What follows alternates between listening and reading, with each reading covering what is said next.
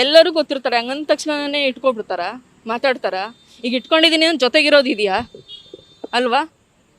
ನಾನು ಅವರು ಜೊತೆಗೆ ಇದ್ದಿದ್ನ ಇವ್ನು ಡೈರೆಕ್ಟಾಗಿ ಬಂದು ನೋಡಿದ್ರೆ ಅದನ್ನ ಹೇಳ್ತಾರೆ, ಅದಿದೆಯಾ ಅವನ ಹತ್ರ. ಈಗ ಕಾಲ್ ಲಿಸ್ಟ್ ಅಂತಾನೆ, ಕಾಲ್ ಲಿಸ್ಟ್ ಹೆಂಗೆ ತೆಗ್ಸಕ್ಕೆ ಸಾಧ್ಯ?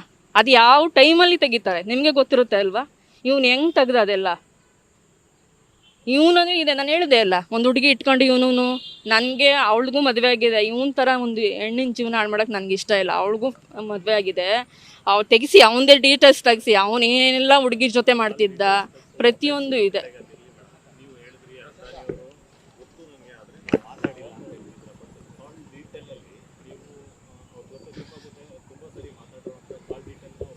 ಯಾವುದು ಇಲ್ಲ ಸರ್, ಯಾವ ಡೀಟೇಲ್ಸು ಇಲ್ಲ. ಅಂದರೆ ನನ್ನ ಹತ್ರ ಫೋನೇ ಕೊಟ್ಟಿರಲಿಲ್ಲ ಅವನು.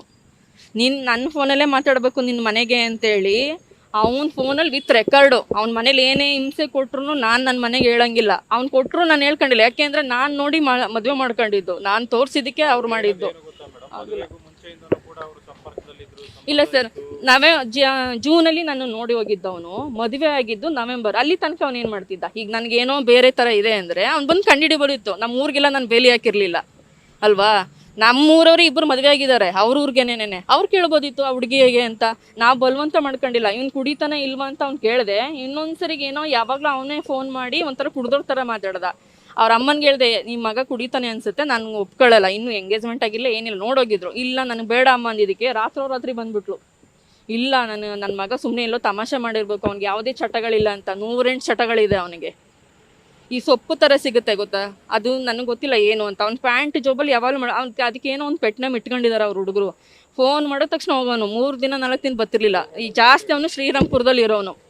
ಪ್ರತಿ ಸರಿನೂ ನನ್ನ ಹತ್ರ ಬಂದು ಹೇಳೋದು, ನೀನೇನು ಜಾಸ್ತಿ ಮಾಡಿದ್ರೆ ನಾನು ರೋಡಿ ಕಡೆ ಇರೋನು, ನನಗೇನು ಪೊಲೀಸ್ ಸ್ಟೇಷನ್ ಹೊಸದಲ್ವೇ ಇಲ್ಲ, ಮಾವನ ಮನೆ ಇದ್ದಂಗೆ, ಹೋಗು.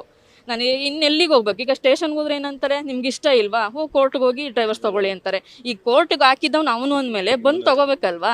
ಅದಕ್ಕೆ ನಿಮ್ಮ ಮೂಲಕ ಹೇಳ್ತಾ ಇದ್ದೀನಿ, ಈ ಸೆಕೆಂಡೇ ಬರಲಿ ಅವನು.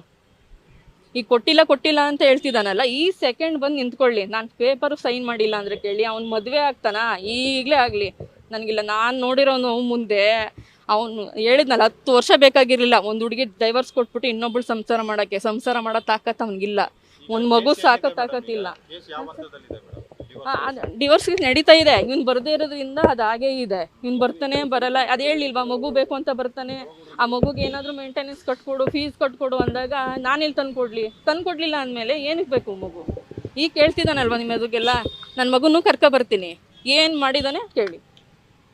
ಏನು ಮಾಡಲಿಲ್ಲ ಅಂದರೆ ಈಗ ಕೋರ್ಟ್ ಪ್ರಕಾರ ಹೋಗೋಣ ಸರ್. ಈಗ ಅವನು, ನಾನು ಹೇಳ್ತಿದ್ದೀನಲ್ಲ ಸರ್, ಅವನು ಫಸ್ಟು ಯೂಟ್ಯೂಬಲ್ಲಿ ಬಂದಾಗ್ಲೂ ನಾನು ಆಚೆ ಬಂದಿಲ್ಲ.